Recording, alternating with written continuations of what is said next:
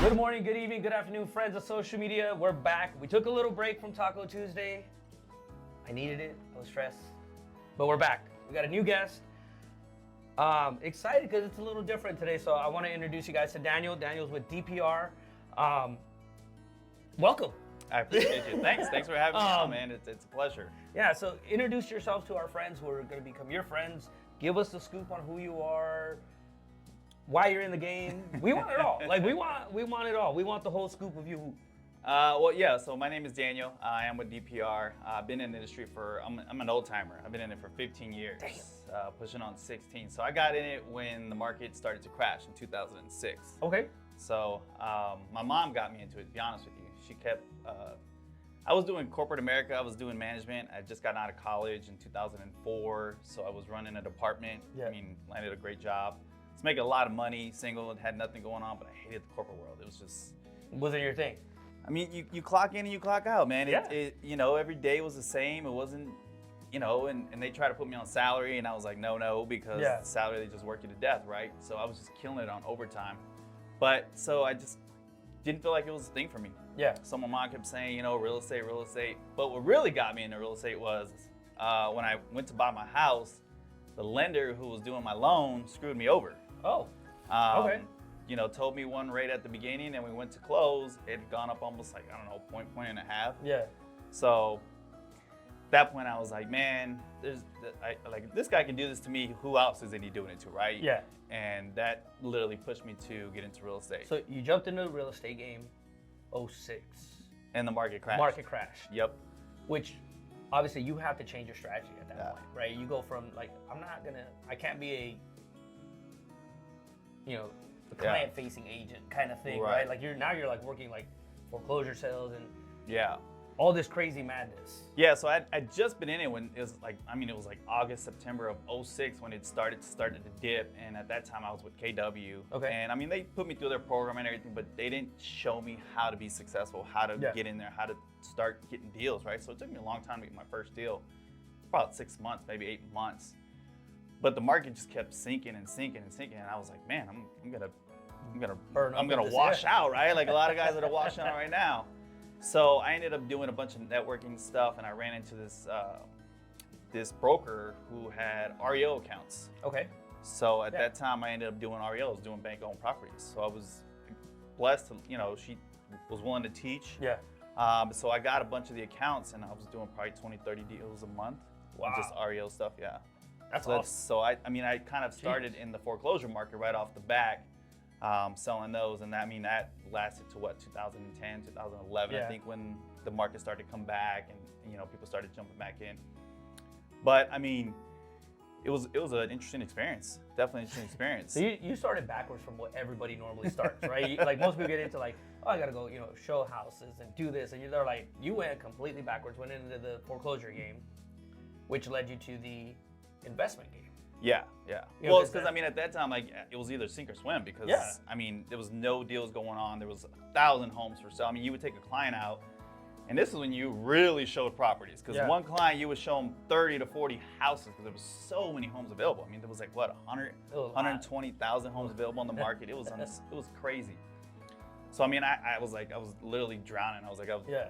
And good thing I had a good job before that, so I stacked up a good amount of money because I wasn't spending on nothing. So I was kind of living off of that, but I was like, I got to do something. So luckily, I ran into her, and she was like, I need help. I have more property than I can handle. I'll teach you. So I learned it fast and started listing properties. And then, so you did the REO thing till 2012. When did you jump into like, I want to invest in my own properties? So I did that for a while, kept getting into the residential side, but I kind of just felt like something was missing. I love the residential. I love helping clients. I love the whole process. It's a gratifying process. It's awesome. It's amazing to get someone, take them to the process and get them to that finish line and get them to their home and say this is their home, right? This is where they're gonna build their it's the dream. Chapters. It's the dream. Right, it's dreams, right? It's where they build their chapter, they build their next life. But I knew there was always something missing, so I started looking into investing, buying, flipping properties, wholesaling properties. started, researching, getting around different networking groups and guys that were doing it, and realized that was a passion I had too. Yeah.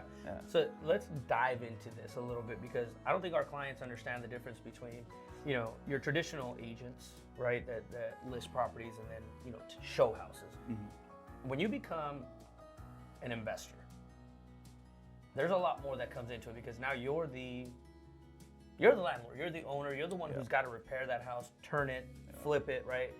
And we hear a lot of good and bad about flips. Oh yeah. Because there's a lot of good flippers and there's even more bad flippers. Oh out yeah. there. I mean, it's like in industry, right? There's good in every industry, right? There's always good people that do the right thing the way they're supposed to, and then there's people that are going to cut corners. Always. It doesn't matter in construction. I mean, whatever it is, right? There's always a good and bad. So it does suck. It's just the people that are willing to do it the correct way, the proper way, is the way it should be done. So flipping a property, for a lot of our clients that don't, aren't in the industry, right? It's the purchase of a property, whether it's a traditional sale, a foreclosure, a auction, a wholesale, anything, right? Then as an investor, you grab that house, you go in there, you assess the house. Right. You bring your team in and you go, what do we need to fix? What's going to make this property worth putting back on the market, right? And obviously creating a profit margin for you, because you're an investor. That's your whole point, is to buy it, make some money off of it. For our clients, that repair, right? What's your typical, like for you as an investor, what's your typical like turnaround time for that? Like, are you like, does this house need 20 days of work, 40 days of work, 100 days? I mean, in true reality, it's all in the buy. Is where you make your money. People always think it's in the buy. You got to purchase it right. Like, you can get a simple flip. I mean, I flipped simple property where I put $5-10 grand into it and made $20,000-$30,000, right? Yeah. But it's just all, it depends on the buy. Like, so it's being able to assess properties, look at it, and be able to do your numbers correctly, and then visualize the comps and understand where your margin is. So it's realistically in the buy, almost in the wholesale buy. So like, I guess like, any person buying a phone, like you're the middleman for Apple, right? You want to buy at a certain price to be able to sell it with enough margin to be able to make profit on the back end. Yeah, and this is where young investors and young flippers get kind of caught up in a bad spot, right? Where they buy a house, they get a really good deal, but then they overdo the remodel, the HGTV. That's what it is. Stop doing that. Stop watching that. Do not watch that. I know a lot of flippers, and I know a lot of people that flip property, and no one's house looks like HGTV when you're flipping it. Obviously, it's glorified TV. When you're a flipper, when you're doing these properties, when you're looking for these buys, you have product, and you're using a lot of the same product in the house. Yeah. Like, you're using certain type of tile, certain type of granite, stuff like that, because again, you're building your margins. If you're gonna go spend $4 a square foot on tile to try to make that back on a sale, no. It's like the guy that's buying the fancy hot rod, right? If you're gonna buy a nice hot rod, you're looking for the guy that's gonna throw all the money into it. And then buy it from him. Right, because you're gonna get a cheap deal off it because he overvalued it, right? Yeah. So it's all in the buy again, and it's HGTV just kills it for people, because people think, oh, I need to do this, I need to do that. No, you got to understand your numbers. Again, understanding your numbers, understanding where the buy is to build your margins, and understanding where the comps are going to be. So like in this market, you got to look at a 90-day comp, right? Because your house may take longer to sell. During COVID, they were selling, like hotcakes. So then you probably didn't have to put that much money into it. So it all depends. I mean, it's a process. It really is a process. It's not something that you can just jump into and learn right away and be successful at it. So I would always recommend find somebody to do it, partner up with someone. Like, I partner with people. I, say, hey, if I'm working with a client that's a new investor, I'll say, look, let's go find a deal. We'll go 50-50 on it. I'll show you how to be successful in it, and we'll do it, we'll get through it. And then, you can move on from there. Yeah. This is where I see a lot on our end, right, on the lending side, is we get an investment property. It gets remodeled, and there's nothing to compare it to. Again, that's HGTV. Because they put so much money into this house that there's nothing in the area that can give it value, because it's one of one. Right.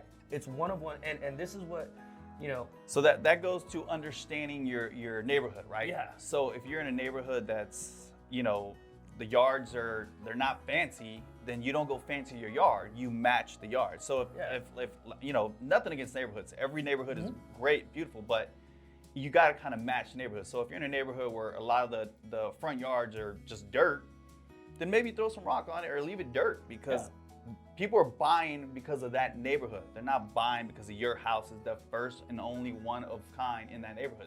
So they want to also match the neighborhood as well. So you got to kind of match the neighborhood. Yeah, we have one right now that you know, there's no comps within a 5-mile radius because the neighborhood is an older neighborhood and the houses are, you know, 12 to 1,600 square feet, and they decided to build this 3,500 square foot house in the middle of this neighborhood, and there's nothing in the area. And then the appraiser's not going to give you the square footage because there's nothing in the area. Yeah, and so we're dealing with this right now, and you know, the agents are like, well, why can't I just get this? I'm like, well, that's your job. Your job is, my job isn't to tell you the area. That's literally your expertise, right? And so I always find it, you know, interesting because I always look at our contracts when they come in, and I always pull up the address just to look at it, just to see what's going on, because sometimes you're going to run into those one-offs, and sometimes you can get away with those because there is comps, they're just farther away, right? They're a mile or two away, but yeah, you can get close. But then there's some that are like, you're not even in the ballpark. You're not even in the ballpark. Not even in the ballpark. It doesn't. But that's, you know, that comes with inexperience, right? Like,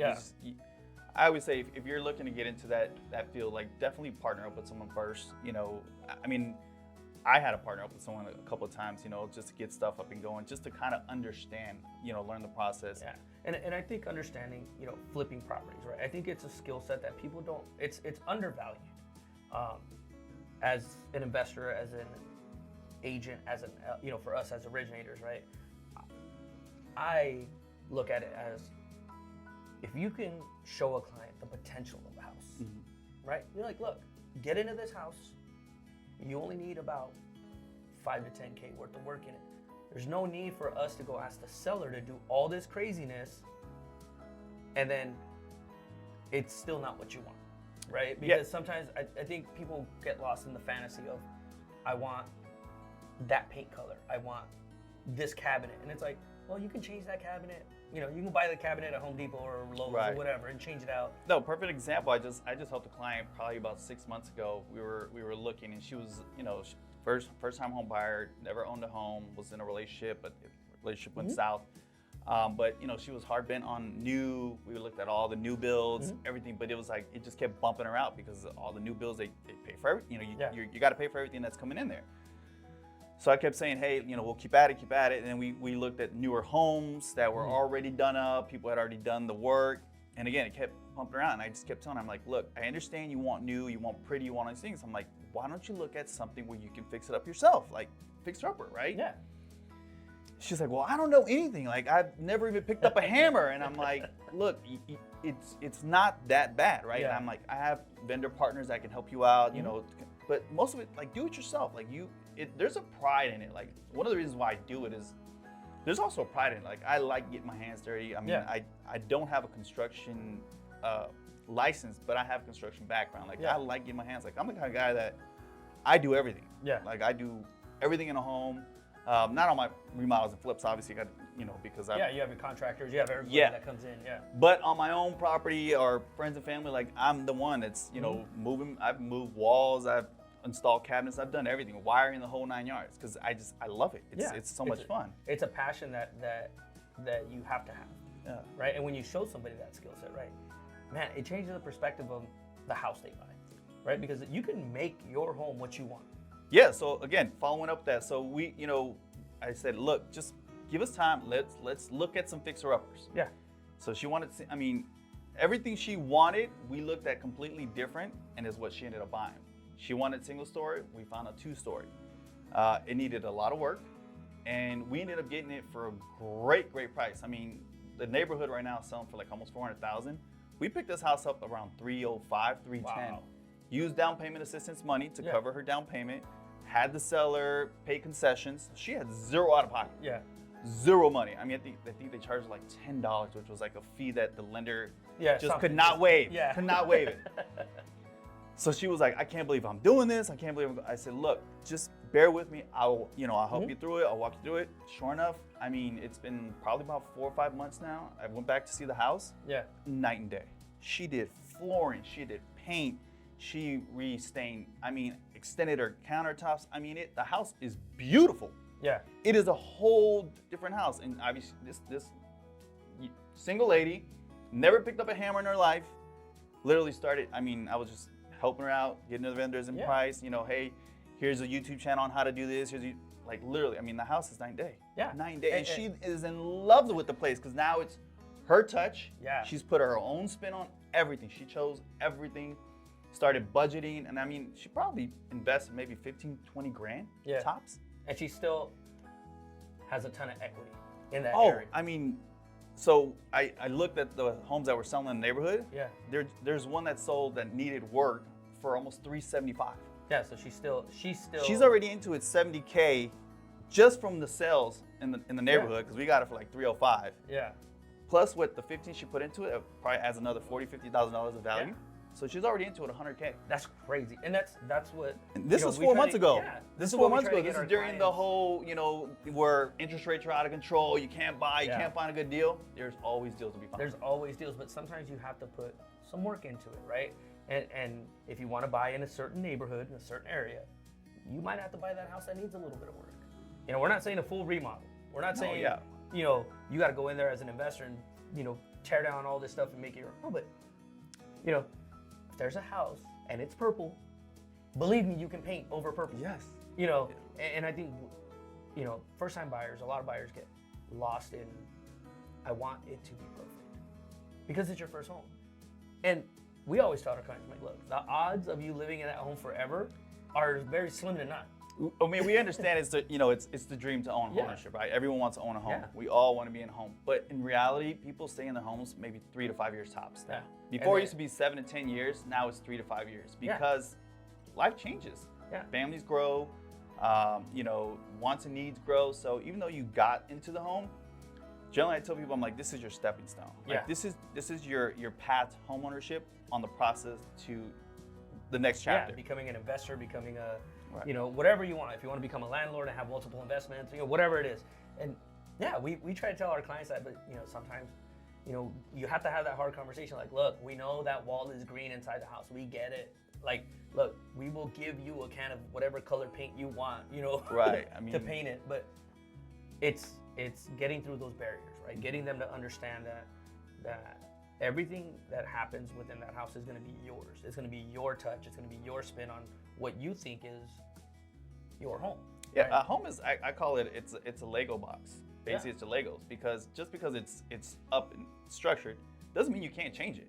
Like, you can move Lego boxes. I mean, a wall is a wall, but you can move a wall, right? Yeah. You just gotta, to a certain extent. But again, color. I mean, like I said, she extended the countertop. It was a small little 48-inch box. She extended it, made it a double. So now she has a larger island, which all it took was adding additional boxes. Yeah. Wasn't like she, was out of the box kind of thing. Yeah. But when you don't have that creative ability, right, that construction mindset, it looks almost impossible, right? Yes. You look at a house and it looks impossible, and then you actually do it and you go, that's it? That's it. That right. That stress I had was a $200 fix. I get to go on home tours all the time, and I get to see some properties that they want my opinion on it, and I'm like, whoever did the work, you took the cheap route. Yes. And now you hurt the home. Now you can't sell it, right? Even though,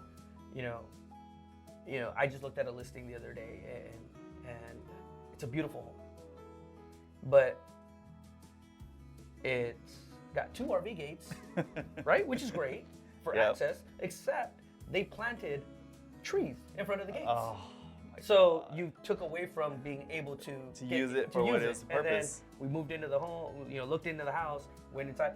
They did the epoxy resin countertops, except they used a very unskilled professional. And you can actually see the drip, like almost like candle wax on the edges. And I'm like, this is what's wrong with it. And then the color scheme they used for the epoxy didn't go with the cabinets, and it was just a whole thing. And they're like, Mario, why doesn't this house sell? And I'm like, that's why it's not selling, because it's not appealing even to the eye, right? I go, I'm not saying I'm the best in the construction world or as a home critic, but if that turns me off from the second I walk in it, I don't care if even if the value is there, right? If there's a, you're like, oh, I can get it at a great price, but I'm like, man, I have to tear all this out. Right. I have to tear up this $15,000 landscaping job you just did because I can't pull my trash cans out of the RV gate because you put a tree right in front of the door. Right. Like, you have to be. Yeah, it makes sense.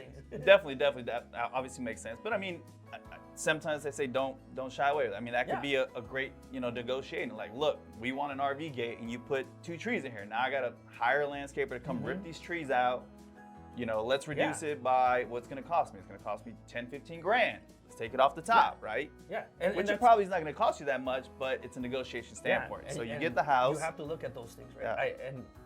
When I looked at this house, I was disappointed that the client got taken advantage of, first of all. Right. Because I'm like, wow, man, anybody that's a GC should have the ability to go, are you sure you want to cover this gate? Are you sure you want to go with this? There's a big difference when you get a bid, and you know this, right? If someone gives you a bid at, let's say, $10K for whatever work, and then somebody comes in and goes, I can do that for $2K. There's going to be some quality standards that aren't there, right? Like, there's a reason why they're doing it for $2K. There's a reason, right? That's what they call you get what you pay for, right? Yeah. And it's just be smart, right? Be smart, and that's why they have, you as a licensed agent to help them, right? And this is where, people that are trying to do, for sale by owners, even if you're doing it for sale, get an opinion from an agent, right?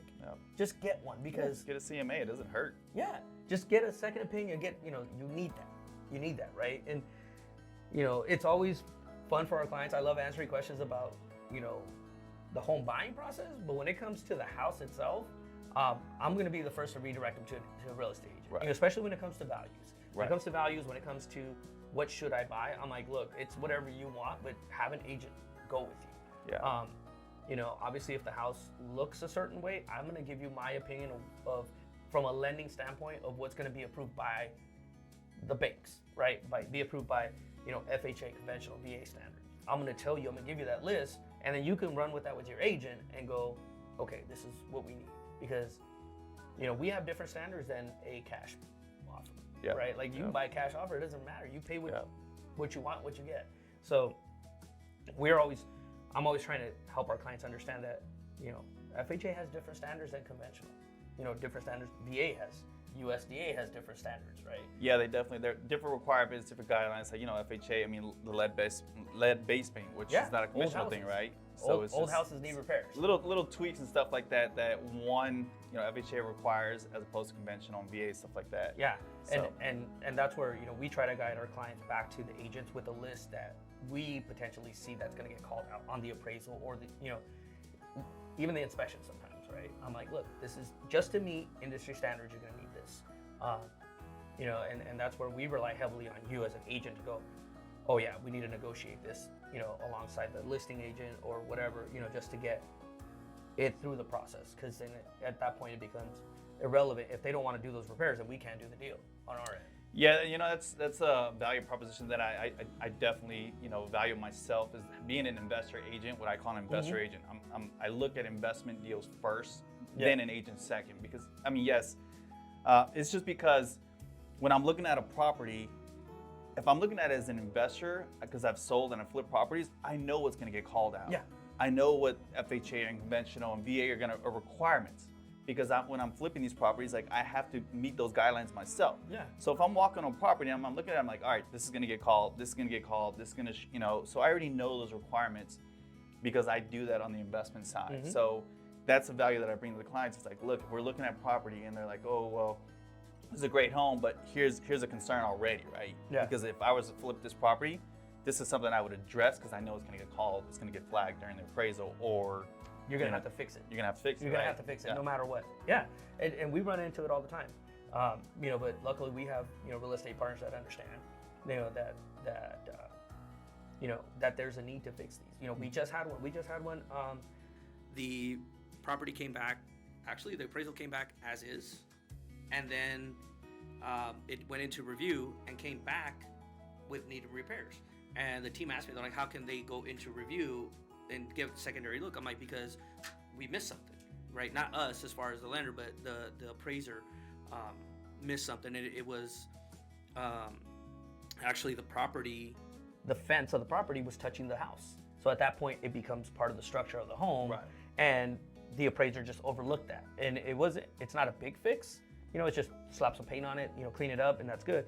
But the agents were like, they didn't understand. And I'm like, this is why. If the house wasn't, if the wood fence wasn't touching the house, you wouldn't have an issue with it. They wouldn't care. But because it's part of the home, it's structural now. Right. So it's touching ground, which could create termites and all Yeah, that there's a stuff. whole Yeah. bunch of stuff. So, So yeah. again, so I was gonna say, as an investor agent, I can see that stuff when I'm walking properties, because that's what I look for, all that stuff. Anyways, if I'm looking for, if I get called out for a client says, hey, come pay cash for my house, I'm walking the property to see these things as well, because I got to see if there's termites there. You gotta see. I got to see if there's infestation. I mean, I've bought some of the craziest homes in the world, but you catch that eye and you see that. So anytime I'm working with a client, it's easy for me to see these things because I'm like, all right, I know this is going to come up, something I would have to address if I'm flipping the property. So let's just, address it now. Yeah. So clients, friends, this is what you need to talk about. Like these are the questions you have to ask, right? You have to ask your agent these things, right?